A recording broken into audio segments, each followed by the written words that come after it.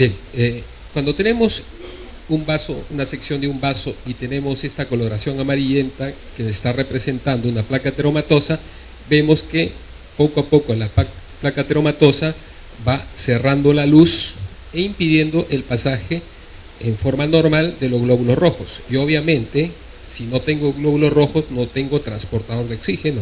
Y si no tengo transportador de oxígeno, no tengo oxígeno. El transportador de oxígeno, saben ustedes que es la hemoglobina, y la hemoglobina está en el glóbulo rojo.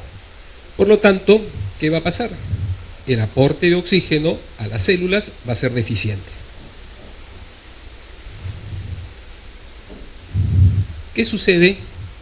Esta es la placa ateromatosa en amarillo y esto medio rojo oscuro vendría a ser un coágulo. Ustedes saben por fisiopatología que las placas ateromatosas pueden ser estables o inestables. Las estables generalmente son blandas y las inestables generalmente son duras. Ustedes cuando quieren agarrar un huevo lo tienen que hacer con cuidado, porque si no, al sujetarlo con fuerza, fácilmente lo aplastan y se rompe. ¿Por qué? Porque la cáscara es dura. Es delgada pero dura. En cambio, agarren un pedazo de mantequilla, lo aplastan y no va a haber fisura, no va a romperse. Se va a aplastar todo lo que quiera, se va a deformar, pero no se va a romper. Entonces, las placas duras son las inestables, las que se pueden fracturar. Y como la placa ateromatosa está pegada al endotelio, al fracturarse va a rasgar el endotelio y va a permitir que haya salida de sangre a través de la placa hacia la luz del vaso sanguíneo. Y si este sangrado es importante y cierra toda la luz, estamos frente a una oclusión completa. Pero si no cierra, vemos esto en rosadito, significa que no se ha cerrado por completo, tengo el coágulo, pero no ha cerrado por completo, entonces tengo una oclusión parcial. Generalmente, cuando la oclusión es completa, tengo un infarto con ST elevado, miocardial infarto. Cuando tengo una oclusión parcial, generalmente lo que tengo es un infarto con no elevación del ST, no elevación del ST. ¿De acuerdo? Entonces, fijemos este pequeño repaso fisiopatológico para seguir avanzando. Esto es lo que pasa, ¿no? Tengo el oxígeno que está encerrado, no llega, un glóbulo rojo que se está sofocando por falta de oxígeno, es la isquemia. El otro glóbulo rojo que ya está moribundo, es la lesión, y el otro que se murió, es la necrosis. Sencillo. Bueno, entonces, ¿cómo puedo yo saber si mi paciente tiene un síndrome coronario isquémico? Muy bien, ¿cómo puedo evaluar? Me hago la pregunta, ¿cómo puedo evaluar la isquemia, la lesión y la necrosis en el corazón? Ya hemos dicho que lo puedo hacer en forma clínica, lo puedo hacer en forma de laboratorio, pero con el EKG yo voy a poder discriminar cada uno de estos: isquemia, lesión, necrosis. Es un procedimiento no invasivo y te da en tiempo real, porque te puede decir, bueno, esto está pasando hace 1 hora, hace 5 horas, 10 horas, más o menos. O ha pasado hace 2 días, o ha pasado hace 1 mes, o tiene años este problema, así que no te asustes. El EKG me va a decir toda esa información. Muy bien, entonces ya repasaron en los capítulos anteriores lo que es las ondas y los segmentos y los complejos. Entonces, ¿qué nos va a servir a nosotros para discriminar una isquemia, una lesión y una necrosis? En el caso de la isquemia, lo que yo tengo que fijarme qué cosa es, la onda T. Isquemia, onda T. No me interesa el resto, onda T solamente. Pero para eso recordemos qué cosa tiene una onda T normal. Yo veo que la onda T es siempre positiva, ¿en dónde? D1, D2, B4 hasta B6. Ahí siempre va a ser positivo. Recuerden que en D3 y ABL son zonas de transición. ¿Y eso qué significa? Que las ondas T pueden ser negativas. No siempre, pero pueden ser negativas. Así es que si ustedes ven una onda T en cualquiera de estas dos derivadas, podría ser normal. Para eso está la clínica. Ustedes ven, si el paciente tiene manifestaciones clínicas y ven esto, de repente dicen, no, es patológico. Si no tiene ninguna manifestación clínica, el paciente vino por cualquier motivo, le tomaron un EKG y encontraron esto, probablemente no sea nada, solamente una variante de lo normal. Entonces, el concepto es claro. T positiva siempre en D1, D2 y de B4 hasta B6, y puede ser negativa en D3 y ABL. El otro concepto que deben tener es que la onda T es asimétrica. ¿De acuerdo? Eso significa que tiene un ascenso lento y un descenso rápido. Si yo ubico el punto máximo de altura y trazo una perpendicular, veo que la distancia del ascenso es más larga que la distancia del descenso. Entonces, eso es normal. Entonces, una onda T es asimétrica. Bien, en la amplitud es variable. ¿Y qué cosa es lo que tengo que tener en cuenta? Las derivaciones de 1, de 2 y de 3, generalmente la elevación no debe exceder 0.5. Y si estamos hablando de derivaciones precondiales, es decir, B1, B2, B3, B4, B5, B6, no debe de exceder 0.2. De amplitud, es decir, de altura. Y la duración, bueno, eso sí es variable, no hay parámetros. Muy bien, entonces, ahora tengo que ver, ya vi lo que es normal, ahora tengo que ver lo que es patológico. Muy bien, tengo una onda T positiva, pero es simétrica, eso es patológico. Tengo una onda T negativa y asimétrica, también es patológico. Tengo una onda T negativa y es simétrica, patológico. Ustedes en medicina saben que a veces hay diagnósticos probables, posibles y definitivos. Cuando yo me refiero a un diagnóstico posible, significa que tiene pocas posibilidades de ser. Si tengo un diagnóstico probable, significa que tiene grandes posibilidades de que sea. Y si me refiero a un diagnóstico definitivo, significa que es. Entonces, si tengo una onda T positiva y simétrica, eso significa que es posible que sea una isquemia. En otras palabras, puede ser que haya en poco porcentaje la posibilidad de una isquemia. En cambio, si veo una T negativa y asimétrica, ya es probable, es decir, que tienen harta chance de que sea una isquemia. Estamos hablando de T positiva, ¿eh? Y si es una T negativa y es simétrica, definitivamente eso es una isquemia. Muy bien. Ahora viene el problema. Puedo tener ondas patológicas que no son infartos. ¿Y dónde lo veo? Si mi imagen se semeja a una isquemia subendocárdica, más adelantito vamos a ver cuándo es subendocárdica y subepicárdica, tengo que hacer el diagnóstico diferencial entre hiperpotasemia. ¿De acuerdo? Si es subepicárdico, tengo que diferenciarlo de crecimiento de ventrículo izquierdo o de un bloqueo de rama. Ese es mi diagnóstico diferencial. No toda onda T patológica significa isquemia.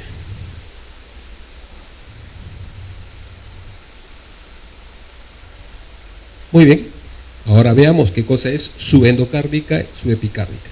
Pero antes de eso, veamos una manera de diferenciar lo que es hiperpotasemia de isquemia. Cuando hablamos de isquemia, yo me tengo que basar en el tiempo que está ocurriendo todo esto. Si yo tengo una onda T positiva y simétrica, dijimos que era posible que sea un infarto.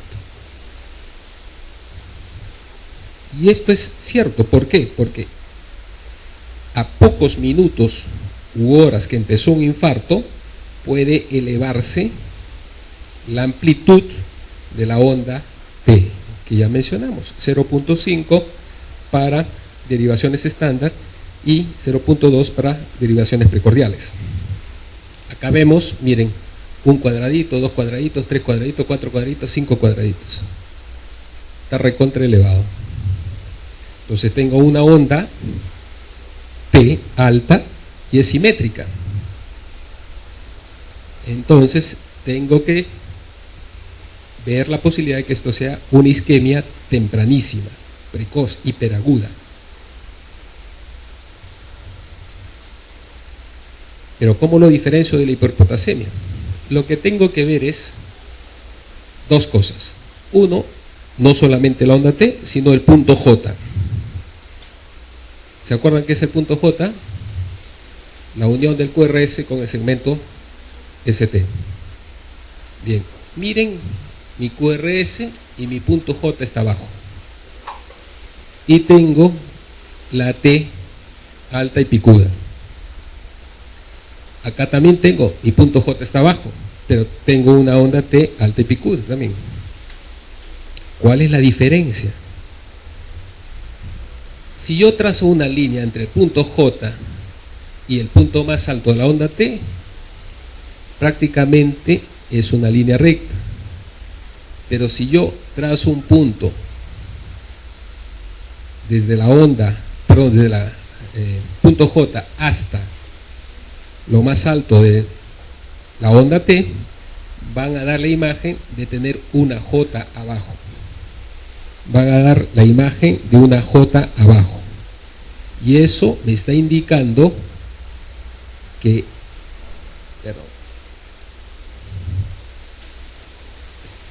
me está indicando que esto de acá viene a ser una hiperpotasemia y esto de acá viene a ser una isquemia. ¿Isquemia qué? Hiperaguda. La hiperpotasemia no tiene la forma de esta J, sino es casi recto. Y el otro concepto es que generalmente en la hiperpotasemia el ancho es más estrecho que en el caso de la isquemia hiperaguda. Entonces tengo una onda T picuda con base estrecha en la hiperpotasemia y una onda T picuda con base ancha. Perdón, es ancha, corrijan ahí, es ancho en el caso de la isquemia. Muy bien. Cuando mi T es positiva y simétrica, hemos dicho que es hiperagudo, pero eso también me está indicando que es una isquemia subendocárdica.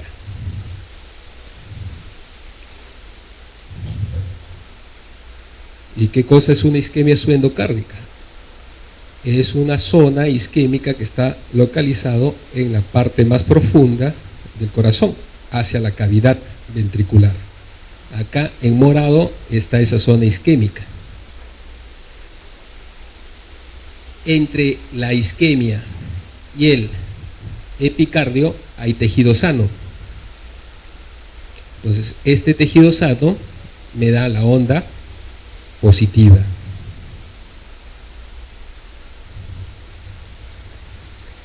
Debido a que aquí hay tejido sano, la onda T es positiva. Si la isquemia hubiera estado acá, mi onda T hubiera sido negativa. Entonces, la onda T negativa es isquemia subepicárdica. Y eso es lo que estábamos diciendo. Acá en moradito está la isquemia subepicárdica. Y miren, es negativo.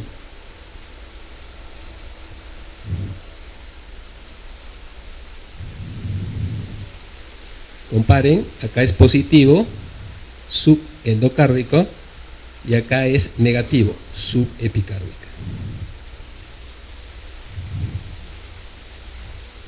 Eso es isquemia, eso es lo único que necesito saber de isquemia.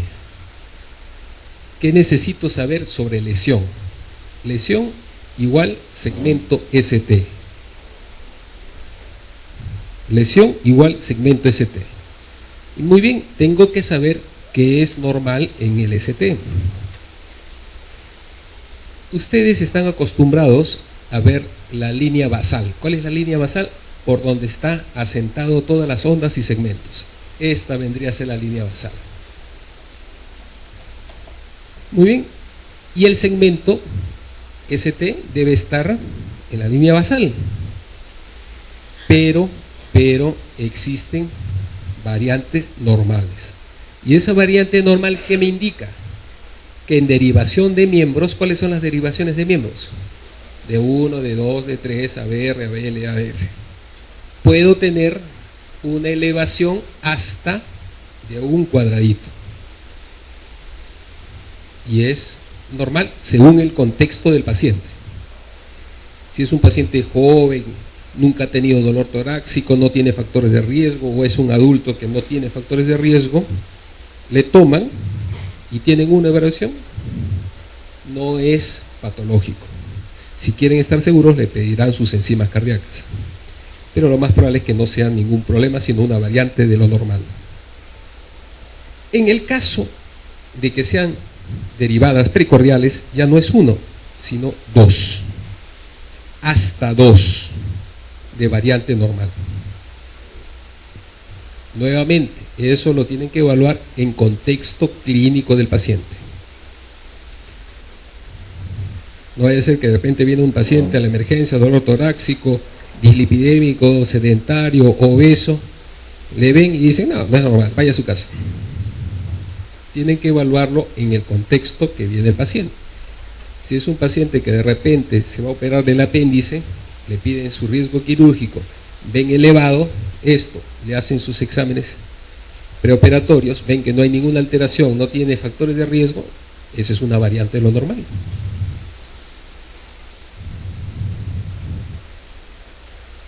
Muy bien, ahora tengo que tener en consideración algunos casos especiales. En los adolescentes existe lo que se llama la repolarización precoz. ¿Y esto qué va a ocasionar? Va a ocasionar de que en algunos casos muy infrecuentes, pero hay, la elevación puede ser mayor de 2, puede llegar incluso hasta 4. Hasta 4, no significa que un adolescente que tenga 3, eso está mal, no, puede subir hasta 4 y no tener ningún problema. Eso se ve en adolescentes, no se ve en adultos. Si ustedes ven un adulto con una elevación mayor de 2 en derivaciones precordiales, estamos hablando de que eso puede ser patológico. Pero en un joven, hasta 4, en el caso que tenga repolarización precoz, va a ser normal. El otro concepto que deben tener es que la mayoría de las elevaciones del ST no se deben a isquemia. Hay otras causas antes de la isquemia,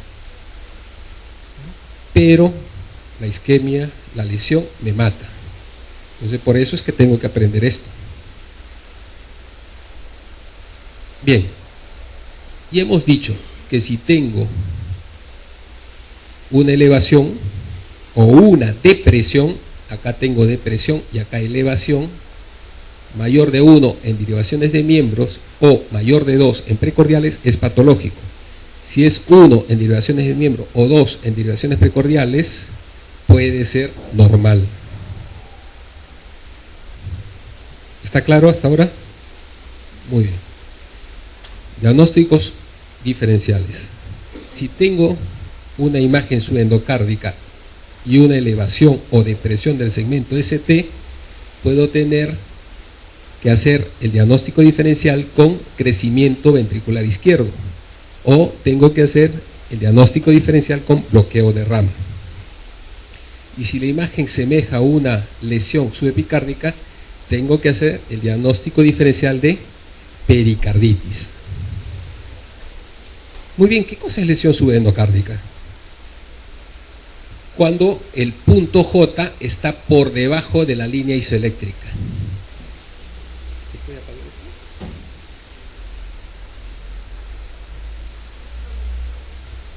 Tengo un infradesnivel del ST y esto indica generalmente compromiso no transmural. ¿Por qué? Porque voy a tener una zona donde tengo miocardio normal y por eso es que mi QRS es positiva. Pero tengo una depresión del segmento ST. ¿Y qué cosa es una lesión subepicárdica? Lo mismo que estábamos viendo en el caso de isquemia, cuando el problema está cerca al epicardio. Recuerden el esquemita que vimos del glóbulo rojo que está agonizando. O sea, este tejido está agonizando porque no le está llegando la suficiente cantidad de oxígeno. Entonces, como acá tengo la lesión pegada, entonces voy a tener una elevación ¿de qué? De mi punto J, a diferencia de la subendocárdica que tengo una depresión del punto J. Si tengo esta imagen, tengo que sospechar que el paciente tiene un compromiso transmural. No puedo saberlo si es realmente así o no, porque la parte buena del miocárdico está detrás de la lesión. Entonces asumo de que probablemente esto haya una lesión transmural. Muy bien, entonces ¿cómo tengo que hacer para diferenciar el ST de un infarto versus una pericarditis, por ejemplo? Entonces lo que hago es lo siguiente. Aquí tengo dos trazados electrocardiográficos. Tengo dos elevaciones del segmento ST. Entonces lo que hago, nuevamente trazo una línea desde el punto J hasta el extremo superior de la onda T. ¿Qué veo? En la primera veo que la rama ascendente de la onda T está por debajo de esta línea que he trazado y en el otro está por encima. Entonces, cuando está por debajo, a eso se llama un patrón cóncavo, y si está por encima, a eso se llama un patrón convexo. Y si tengo un patrón cóncavo, me estoy refiriendo a que tiene una pericarditis, y si es un patrón convexo, me estoy refiriendo a que tiene un infarto agudo miocárdico. Entonces, de esta manera ustedes ya pueden diferenciar si ese ST elevado es una pericarditis o es un infarto. No es que no se pueda, sí se puede, pero tienen que tomarse su tiempo, calmarse en la emergencia, agarrar el electrocardiograma y comenzar a evaluar derivada por derivada. Bien, cuando el oxígeno no ha llegado, la célula está moribunda y no llega, se mueren los miocitos y voy a tener necrosis. Y necrosis igual onda Q. Entonces, lo que yo tengo que ver, ¿no?, cuáles son los aspectos normales y cuáles son los aspectos patológicos de la onda Q. Recuerden que la onda Q es la primera onda negativa que aparece en el complejo QRS. Bien, ¿cuándo es patológico una onda Q?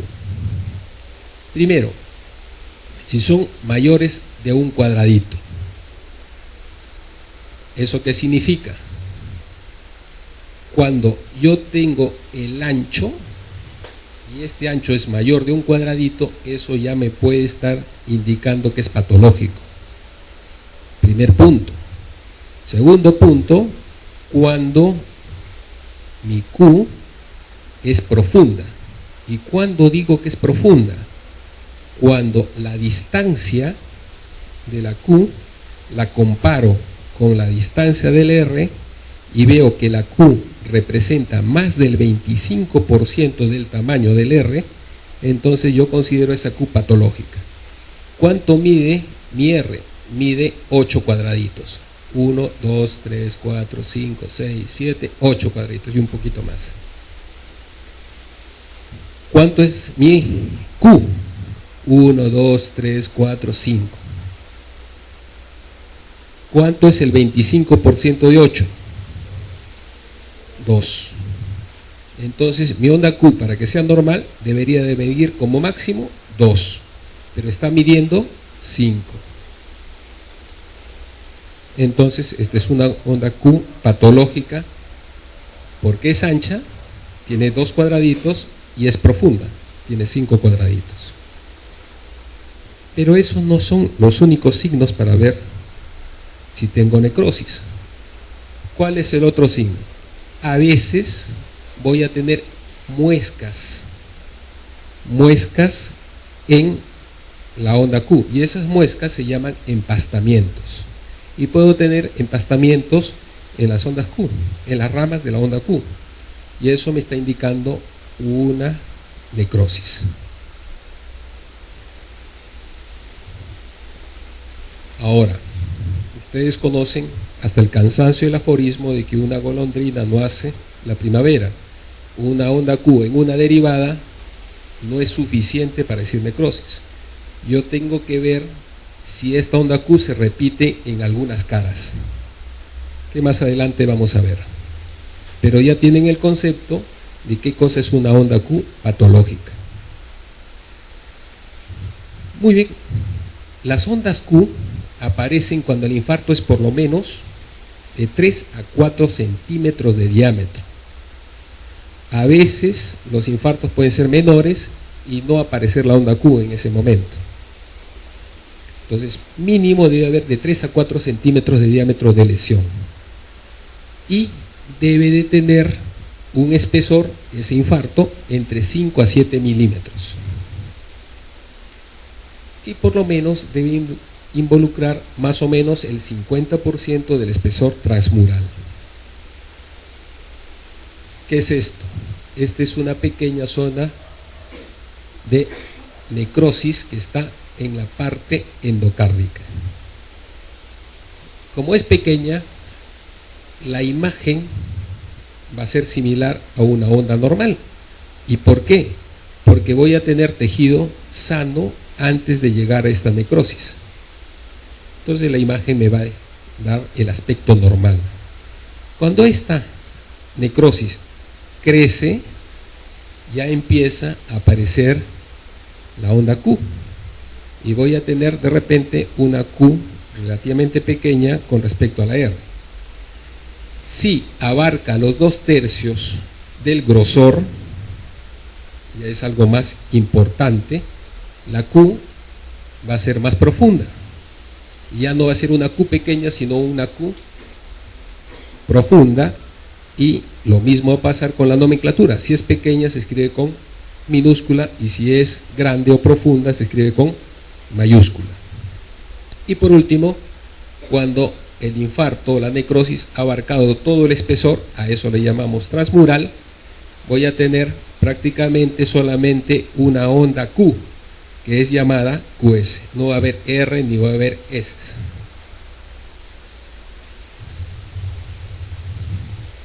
La necrosis subendocárdica, estamos viendo acá, me guío básicamente en ¿qué? Me guío básicamente en el segmento ST, para decir si es subendocárdica o subepicárdica. ¿Bien? Subendocárdica, miren, el segmento T, ST está hacia abajo y subepicárdica hacia arriba. Pero si es necrosis, lo único que me interesa, ¿qué cosa es? La Q, para decir que hay una necrosis subendocárdica, subepicárdica. Muy bien, entonces hemos hablado de caras, de localización. Entonces, ¿cómo se localiza el daño miocárdico? Entonces, vamos a ver lo que son las caras. La cara inferior se evalúa mediante las derivadas de 2, D3 y ABF. D2, D3 a BF, porque son las que están apuntando hacia abajo. Miren acá en rojo esta Q profunda que no tiene R ni S, entonces es un segmento QS. Miren en D3, D2, D3 y miren a BF. Entonces, ¿qué cosa tengo? Si es Q, ¿qué cosa es?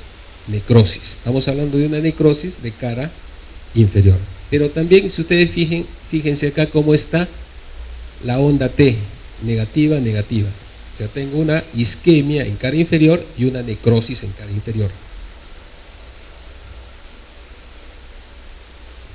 ¿Qué más veo? Acá veo una Q en B5 y en B6. Bueno, esto no es cara inferior, pero ya veo unas lesiones patológicas. Más adelante vamos a ver que esto corresponde a la cara lateral. Pero lo que me interesa es esto, que se fijen en este concepto. ¿Qué veo acá? ¿Qué me llama la atención? Me llama esto la atención. A simple vista me llama esto, esto, esto, esto, esto y estos. Me llama la atención.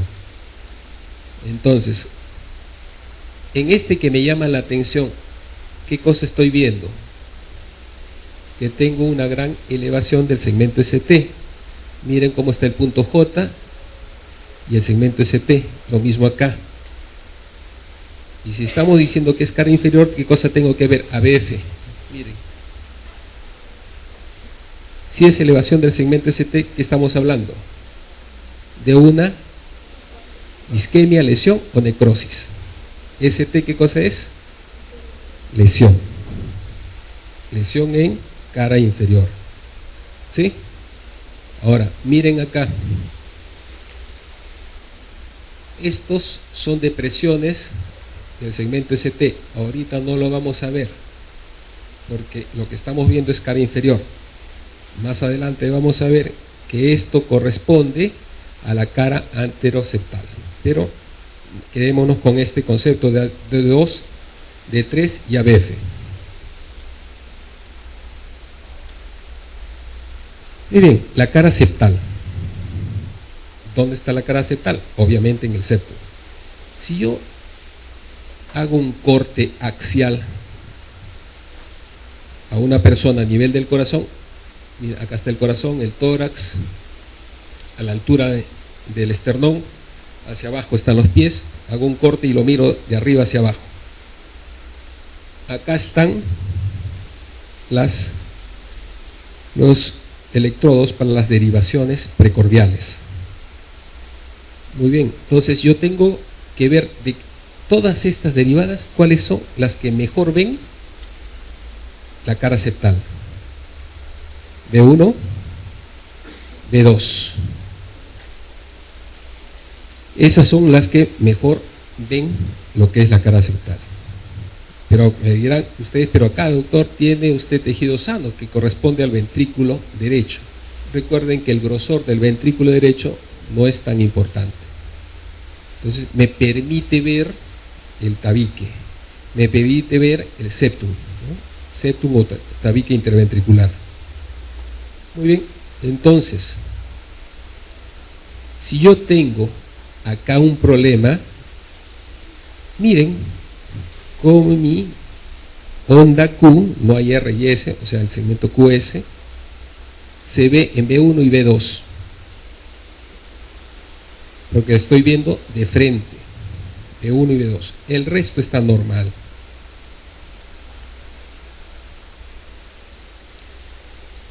Recuerden, cara septal, B1, B2. Ahora la cara anterior o apical. Nuevamente el mismo corte, nuevamente acá tengo la lesión, está en la cara anterior, cerca al tórax, cerca a las costillas. Entonces, de estas derivadas, ¿cuáles son las que mejor ven la cara anterior? B3 y B4. Y B4.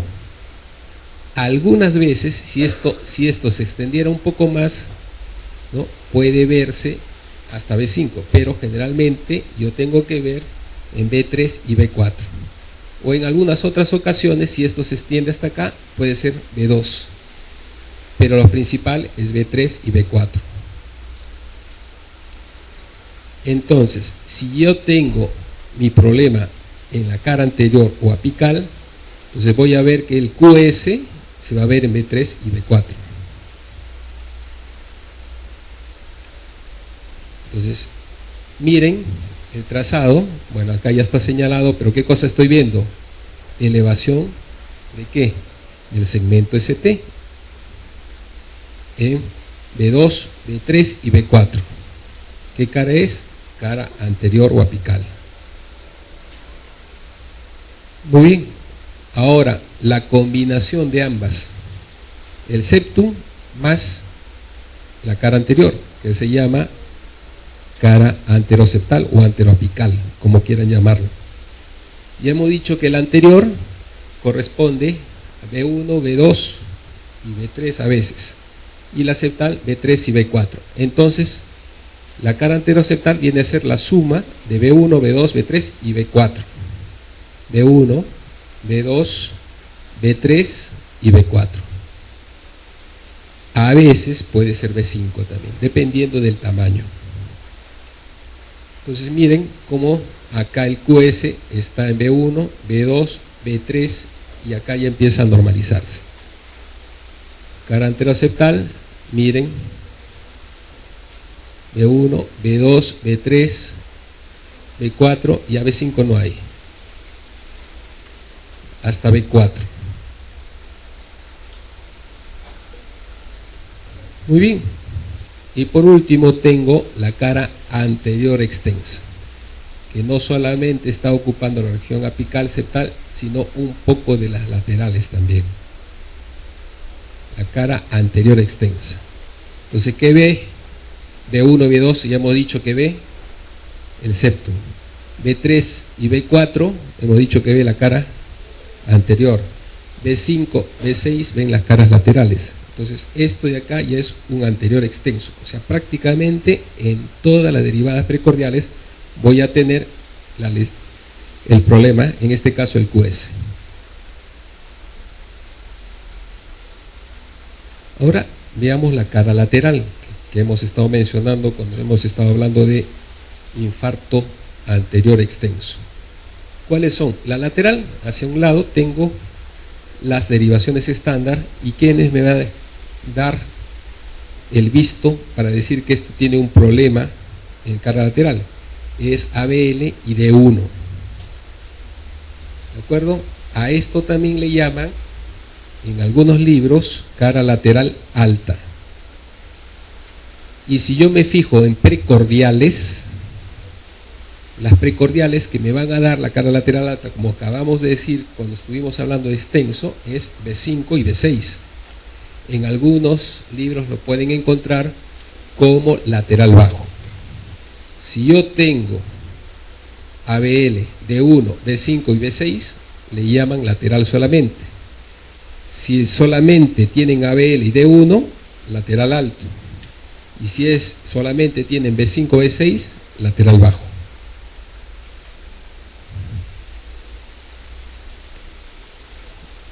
¿Han entendido? ¿Está bien? ¿Está claro?